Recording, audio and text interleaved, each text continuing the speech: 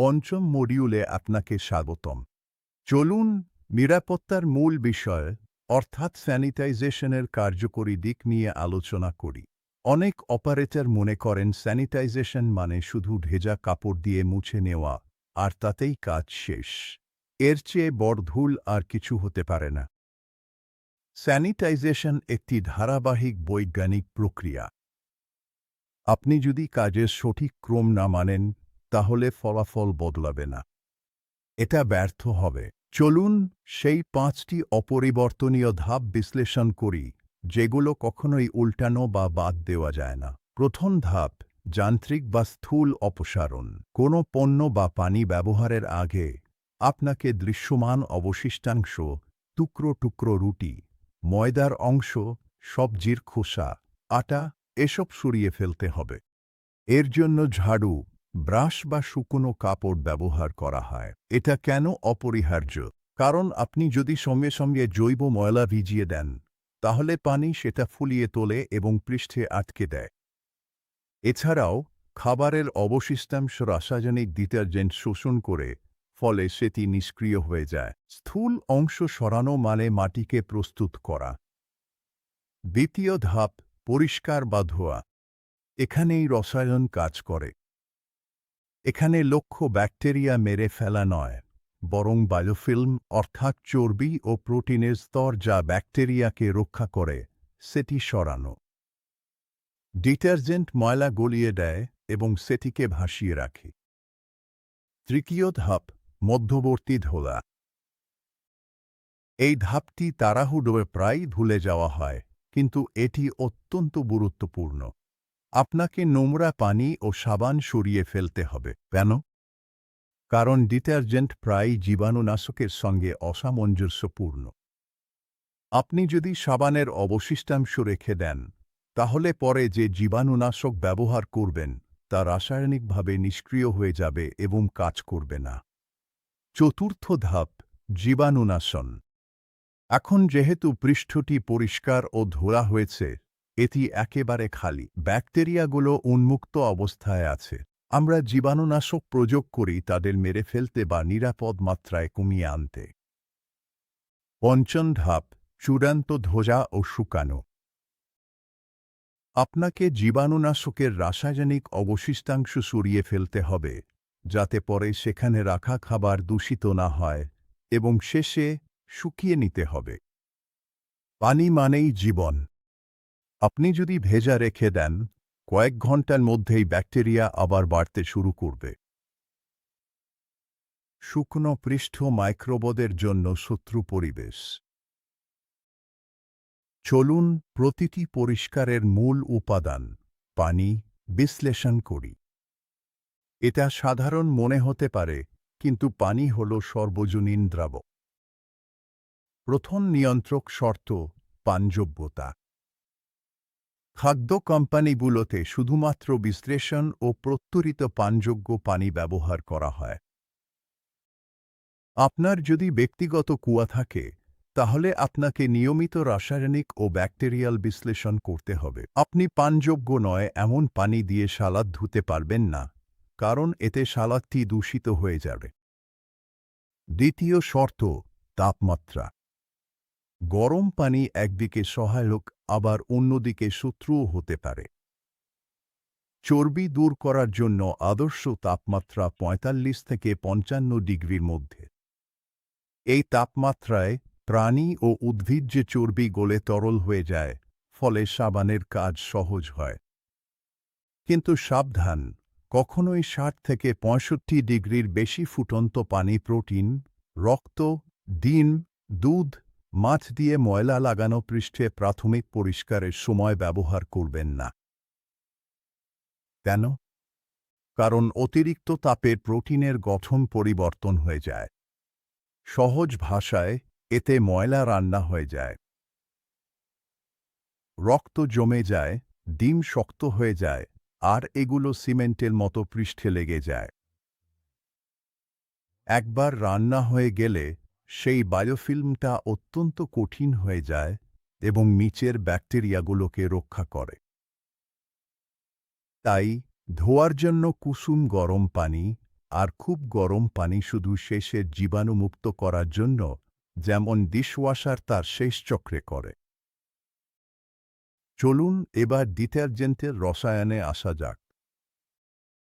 সবকিছু পরিষ্কার করার জন্য কোনো সার্বজনীন পণ্য নেই। আমাদের শত্রুর ধরন দেখে অস্ত্র বেছে নিতে হবে। এই নিয়মটা ফের ওপর ভিত্তি করে: ১. জৈব ময়লা, চর্বি, তেল, প্রোটিন, খাবারের অবশিষ্টাংশের জন্য আমরা ক্ষারীয় বা বেসিক ডিটারজেন্ট ব্যবহার করি, যার স্বাদের বেশি। এইসব পণ্য, যেমন ডিগ্রিজার, সোডা, এগুলো স্যাপনিফিকেশনের মাধ্যমে কাজ করে। এগুলো চর্বিকে পানিতে দ্রবণীয় সাবানে রূপান্তরিত করে। চর্বি যত বেশি শক্ত, যেমন ওভেনে জমে যাওয়া চর্বি, তত বেশি হতে হবে, যেমন কস্টিক সোডা। ২. অজৈব ময়লা, চুনাপাথর, দুধের পাথর, মরিচার দাগের জন্য আমরা অ্যাসিডিক ডিটারজেন্ট ব্যবহার করি, যার শাকের কম। এগুলো হল ডিসকেলার বা অ্যান্টিলাইম স্কেল পণ্য। চর্বিতে অ্যাসিড ব্যবহার করা যেমন বৃথা, তেমনি চুনাপাথরে ডিগ্রিজার ব্যবহার করাও অর্থহীন। শুধু ধরনের ওপর নয়, ডোজও গুরুত্বপূর্ণ। রসায়নে বেশি মানেই ভালো নয়। যদি লেবেলে লেখা থাকে 2% পাতলা করতে হবে, তাহলে স্বজনপ্রিয় ডিসপেন্সার বা মাপার কাপ ব্যবহার করতেই হবে। আপনি যদি বেশি ব্যবহার করেন, ওভারডোজ করেন, তাহলে অতিরিক্ত ফেনা তৈরি হয় যা ধুয়ে ফেলা কঠিন, পৃষ্ঠে রাসায়নিক অবশিষ্টাংশ রেখে যায় যা খাবারে চলে যেতে পারে, মেঝে পিচ্ছিল করে দেয় এবং টাকাও নষ্ট হয়। আপনি যদি কম ব্যবহার করেন, আন্ডারডোজ করেন, তাহলে ঠিকমতো পরিষ্কার হয় না এবং সময় নষ্ট হয়। পরিষ্কারের পরে আমাদের অদৃশ্য শত্রুদের মেরে ফেলতে হবে। আমরা জীবাণুনাশকের কথা বলছি। সবচেয়ে বেশি ব্যবহৃত সক্রিয় উপাদান হল ক্লোরিন, সোডিয়াম হাইপোক্লোরাইট, যা সাধারণ ব্লিচ, এবং কোয়াটার্নারি অ্যামোনিয়াম সল্টস, যা কোয়ার্টস নামে পরিচিত।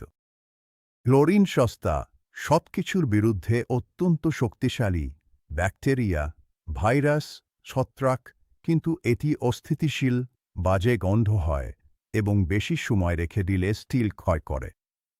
কোয়ার্টসের কোনো গন্ধ নেই, স্থিতিশীল, ক্ষয় করে না, কিন্তু কিছু নির্দিষ্ট ভাইরাসের ওপর কম কার্যকর। কিন্তু আসল রহস্য পণ্যে নয়, বরং এটি কতক্ষণ সংস্পর্শে থাকে তাতে। ভালো করে শুনুন। জীবাণুনাশন তাৎক্ষণিক নয়, এটি একটি রাসায়নিক প্রতিক্রিয়া যার জন্য সময় লাগে। জীবাণুনাশককে ব্যাকটেরিয়ার কোষপ্রাচীরে পৌঁছাতে হবে, সেটি ভেদ করতে হবে, এবং ডিএনএ বা গুরুত্বপূর্ণ এনজাইমগুলোকে ধ্বংস করতে হবে। এতে কয়েক মিনিট সময় লাগে। আপনি যদি জীবাণুনাশক স্প্রে করেন এবং সঙ্গে সঙ্গে কাপড় দিয়ে মুছে ফেলেন, তাহলে আপনি জীবাণুনাশন করেননি।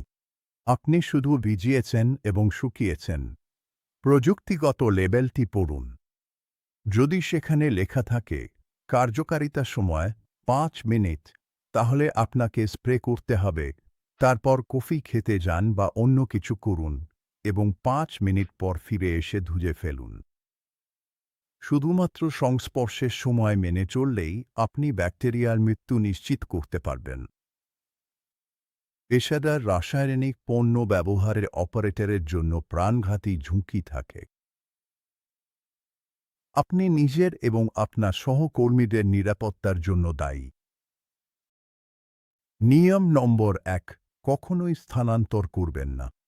কখনোই ডিটারজেন্ট বা জীবাণুনাশক অচিহ্নিত বোতলে বা আরও খারাপ, মিনারেল ওয়াটার বা সোডার বোতলে রাখবেন না। এটাই গুরুতর দুর্ঘটনার প্রধান কারণ। কেউ বোতলটিকে পানি ঢেবে পান করে এবং তাদের খাদ্যনালী পুড়ে যায়। আপনাকে যদি ছোট স্প্রে বোতলে স্থানান্তর করতে হয়, তাহলে অবশ্যই স্পষ্টভাবে পণ্যের নাম ও বিপদচিহ্ন সহ লেবেল লাগাতে হবে। নিয়ম নম্বর 2: কখনোই মিশ্রণ করবেন না। রাসায়নিক বিজ্ঞানী সেজে খেলবেন না। কখনোই ব্লিচ, যাতে ক্লোরিন থাকে, সেটিকে অ্যাসিড যেমন ডেসকেলার বা মিউরিয়াটিক অ্যাসিড অথবা অ্যামোনিয়ার সাথে মিশ্রণ করবেন না। এই মিশ্রণটি একটি তীব্র প্রতিক্রিয়া সৃষ্টি করে যা ক্লোরিন গ্যাস বা ক্লোরামিন নির্গত করে। এগুলো বিষাক্ত, ভারী গ্যাস যা চোখ ও ফুসফুস পুড়িয়ে দেয় এবং আপনাকে হাসপাতালে পাঠাতে পারে বা বন্ধ জায়গায় মেরে ফেলতেও পারে। প্রতিবার একটি করে পণ্য ব্যবহার করুন এবং প্রতিটির মাঝে ভালোভাবে ধুয়ে নিন। সবসময় সেফটি ডেটা শিট দেখুন যা কোম্পানিতে পাওয়া উচিত। সেখানে উল্লেখ থাকে চোখে লাগলে বা খেয়ে ফেললে কি করতে হবে। পরিষ্কার পরিচ্ছন্নতা ৫০% নির্ভর করে অপারেটরের ওপর এবং ৫০% কাঠামোর ওপর। যদি কাঠামো খারাপভাবে তৈরি হয় তাহলে পরিষ্কার করা অসম্ভব। মেঝে ও দেয়াল অবশ্যই ১ নম্বর মসৃণ হতে হবে, রুক্ষ বা ছিদ্রযুক্ত পাথর নয়। ২ ধোয়াযোগ্য, জলরোধী, জল চর্বি শুষবে না। ৩ হালকা রঙের। হালকা রংটা সৌন্দর্যের জন্য নয়, এটা কার্যকরী। সাদা মেঝেতে আমি সঙ্গে সঙ্গে ময়লা দেখতে পাই। গাঢ় ধূসর বা কালো মেঝেতে ময়লা লুকিয়ে থাকে। ৪ নম্বর অক্ষত থাকতে হবে। ভাঙা টাইলস, কংক্রিটে গর্ত, গ্রাউট না থাকা এসবই হল পরিবেশগত আশ্রয়স্থল যেখানে ব্যাকটেরিয়া অনায়াসে বাড়ে এবং যেখানে পানি জমে থাকে। একটি গুরুত্বপূর্ণ বিষয় হল স্কুচা অর্থাৎ গোলাকার সংযোগস্থল। মেঝে ও দেয়ালের কোণটি যেন তীক্ষ্ণ ৯০ ডিগ্রি না হয়, বরং বাঁকা বা গোলাকার হওয়া উচিত। কেন? কারণ ৯০ ডিগ্রির কোণে ঝাড়ু বা মপ ভালোভাবে পৌঁছাতে পারে না, আর সেখানে পুরনো ময়লার কালো দাগ জমে যায়। স্কুচা কোণটি পুরোপুরি পরিষ্কার করা সম্ভব করে তোলে। এবার আমরা ওপরে ও বাইরে তাকাই। ছাদগুলো ভালো অবস্থায় থাকতে হবে। ছাদ থেকে প্লাস্টার বা রং খসে পড়া উচিত নয়, যা হাঁড়িতে পড়ে যেতে পারে। শারীরিক ঝুঁকি। ছাদে ঘনীভবন বা ছত্রাক হওয়া উচিত নয়। ছাদ থেকে স্পোরে ভরা ঘনীভূত পানির ফোঁটা যদি প্রস্তুতির টেবিলে পড়ে, সেটা সরাসরি দূষণ। জানালাগুলো যদি বাইরে খোলে তাহলে সেগুলোতে সূক্ষ্ম জালে স্ক্রিন লাগানো থাকতে হবে। স্ক্রিনগুলো অক্ষত থাকতে হবে, কোনো ছিদ্র ছাড়া, এবং পরিষ্কারের জন্য খুলে নেওয়া যায় এমন হতে হবে। না হলে সেগুলো ধুলো আর চর্বিতে আটকে যায়। এছাড়াও জানালা ও বাতির কাঁচ ভাঙা প্রতিরোধী বা সুরক্ষিত থাকতে হবে। যদি পাশের ওপরে থাকা কোনো নিয়ন বাতি বিস্ফোরিত হয় বা কোনো জানালা হঠাৎ ঝড়ে ভেঙে যায়, তাহলে হাজার হাজার অদৃশ্য কাঁচের টুকরো খাবারে পড়ে যেতে পারে। সুরক্ষামূলক প্লাস্টিক বা স্তরিত নিরাপত্তা কাঁচ ব্যবহার করা হয়। দরজাগুলো মসৃণ, ধোয়া যায় এমন এবং ভালোভাবে বন্ধ হয় এমন হতে হবে যাতে ইঁদুর বা পোকামাকড় নিচ দিয়ে ঢুকতে না পারে। যে কোনো কিছু যা খাবারের সংস্পর্শে আসে তা উপযুক্ত হতে হবে। আমরা মুখে নিয়ে কথা বলছি, অর্থাৎ খাবারের সংস্পর্শে আসা উপকরণ ও বস্তু। সব প্লাস্টিক একরকম নয়। কিছু প্লাস্টিক গরম হলে বা টক, টমেটো, লেবু বা চর্বিযুক্ত খাবারের সংস্পর্শে এলে বিষাক্ত রাসায়নিক যেমন ফথালেটস, বিসফেনল ছাড়ে, যা খাবারে মিশে যায়। এটি এক ধরনের অদৃশ্য রাসায়নিক দূষণ। আপনাকে শুধু সেই কন্টেইনার ব্যবহার করতে হবে যেগুলোতে গ্লাস ও কাঁটা চামচের চিহ্ন বা খাবারের জন্য লেখা থাকে। উন্নত উপকরণ, স্টেইনলেস স্টিল, চিরস্থায়ী, স্বাস্থ্যকর, কাঁচ, সিরামিক। সমস্যাজনক উপকরণ, কাঠ। ঐতিহ্যগতভাবে ব্যবহৃত হলেও আধুনিক রান্নাঘরে এটি এখন কঠোরভাবে সীমিত বা নিষিদ্ধ, শুধু নির্দিষ্ট কিছু ক্ষেত্রে যেমন পিৎজা ওভেন বা চিজ পরিপক করার জন্য ছাড়া। কেন? কাঠ ছিদ্রযুক্ত, এটি তরল, রক্ত, সিরাম শোষণ করে, এর আঁশে ব্যাকটেরিয়া ধরে রাখে এবং সম্পূর্ণভাবে জীবাণুমুক্ত করা অসম্ভব।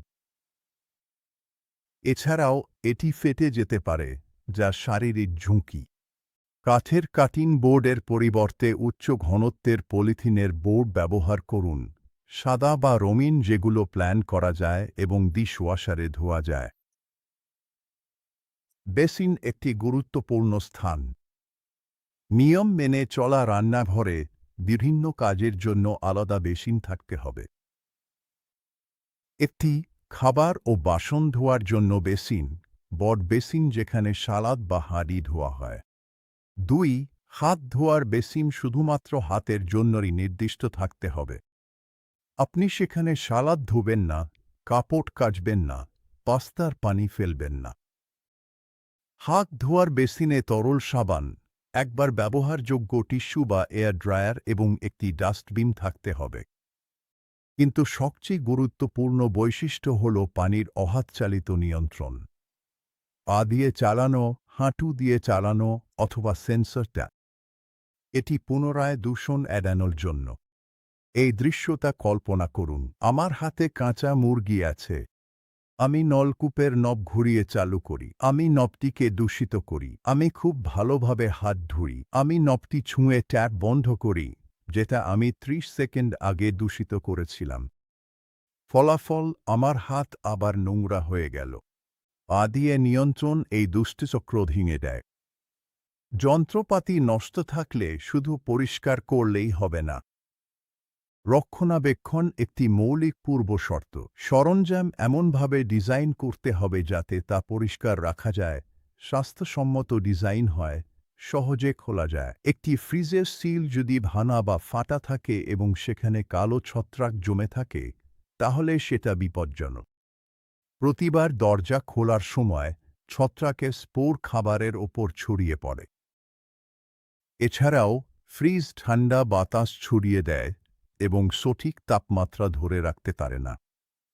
একটি স্লাইসার থেকে যদি গিয়ার থেকে গ্রিজ লিক করে, তাহলে সেটা ঠান্ডা কাঠ খাবারকে দূষিত করে। একটি ব্লেন্ডারের ব্লেড যদি ভেঙে যায়, তাহলে তা থেকে ধাতু বেরিয়ে আসে। নষ্ট হওয়ার জন্য অপেক্ষা করবেন না। কার্যকরী রক্ষণাবেক্ষণ। আপনাকে অবশ্যই প্রতিরোধমূলক রক্ষণাবেক্ষণ করতে হবে। নিয়মিত পরীক্ষা, নির্ধারিত সময়ে সিল ও ফিল্টার বদলানো, ব্লেড ধার দেওয়া। দক্ষ যন্ত্রপাতি মানে নিরাপদ পণ্য। বাড়িকে অপচয়ী শত্রু। এটি কঠোরভাবে পরিচালনা করতে হবে। রান্নাঘরের ডাস্টবিনগুলো এমন হতে হবে যাতে ধোয়া যায়, ঢাকনা থাকে যাতে পোকামাকড় না আসে ও বন্ধ আটকে থাকে, এবং পা দিয়ে খোলা যায় এমন ব্যবস্থা থাকে। রান্নার সময় কখনোই ডাস্টবিনের ঢাকনা হাতে ছুঁবেন না। বর্জ্য ঘন ঘন ফাঁকা করা উচিত। এটি কখনোই উপচে পড়া উচিত নয়। শিফট শেষে এটি বাইরের পরিবেশ বান্ধব এলাকায় নিয়ে যেতে হবে।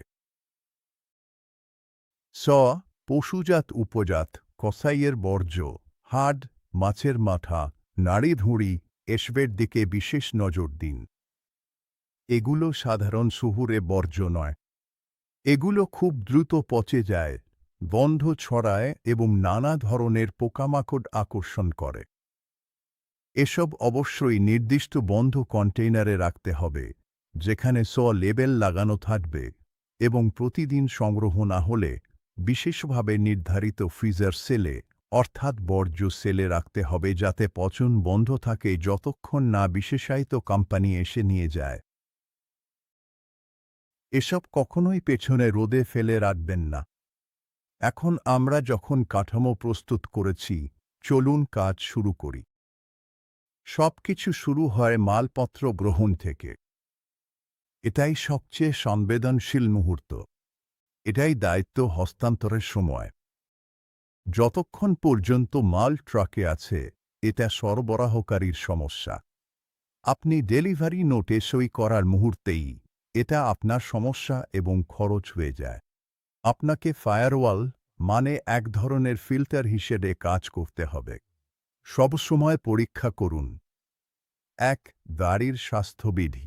ট্রাকটা কি পরিষ্কার, নাকি ময়দার সাথে ডিটারজেন্টও বহন করছে? কোনো গন্ধ আছে কি? 2. তাপমাত্রা আপনার প্রোব থার্মোমিটার ব্যবহার করুন।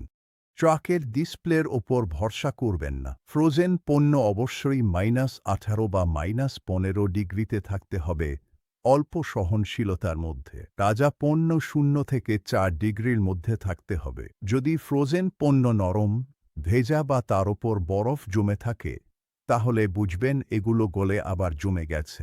এগুলো গ্রহণ করবেন না। 3. অখণ্ডতা। চাপা পড়া বাক্স, ছেঁড়া ময়দার ব্যাগ, জং ধরা বা ফুলে ওঠা ক্যান, বোটুলিজমের ঝুঁকি। 4. লেবেলিং এবং মেয়াদ উত্তীর্ণ। সে মার কাছে কি মেয়াদ আপনার ব্যবহারের জন্য গ্রহণযোগ্য কিনা। কিছু ভুল থাকলে আপনাকে সাহস করে পণ্য প্রত্যাখ্যান করতে হবে এবং ডেলিভারি নোটে তা লিখে রাখতে হবে। এটা আপনার অধিকার এবং দায়িত্ব। একবার গ্রহণ করলে পণ্যগুলো সঙ্গে সঙ্গে সরিয়ে রাখতে হবে। কোল্ড চেইন কখনোই ভাঙা যাবে না। কফি ব্রেকের সময় ফ্রোজেন আইটেমগুলো করিডোরে ফেলে রাখবেন না। সংরক্ষণের অগ্রাধিকার। 1. ফ্রোজেন সঙ্গে সঙ্গে ফ্রিজারে রাখুন। 2. তাজা সঙ্গে সঙ্গে ফ্রিজে রাখুন। 3. শুকনো গুদামে রাখুন। FIFO নিয়ম আগে আসবে আগে যাবে। শেলফ ঘোরার সময় নতুন পণ্যগুলো পেছনে বা নিচে রাখুন, আর পুরনো পণ্যগুলো সামনে রাখুন যাতে সেগুলো আগে ব্যবহার হয়। এতে শেলফের পেছনে পণ্যের মেয়াদ শেষ হওয়া রোধ করা যায়। বিভাজন নিয়ম। ফ্রিজে খাবার এলোমেলোভাবে রাখা উচিত নয়। উপরে রান্না করা এবং পুনরায় রান্না না করা প্রস্তুত খাবার রাখুন। নিচে কাঁচা পণ্য, মাংস, পোল্ট্রি, মাছ, যেগুলো থেকে দূষিত তরল পড়ে যেতে পারে। যদি আপনি কাঁচা মুরগি তিরামিসুর উপরে রাখেন এবং মুরগি থেকে কিছু পড়ে যায়, তাহলে সেই তিরামিসু ফেলে দিন। উঁচুতে রাখার নিয়ম। কিছুই যেন সরাসরি মেঝের সাথে সংস্পর্শে না থাকে। সবকিছু শেলফ, প্যালেট বা ট্রলিতে রাখুন যাতে নিচে পরিষ্কার করা যায় এবং পোকামাকড় আছে কিনা দেখা যায়।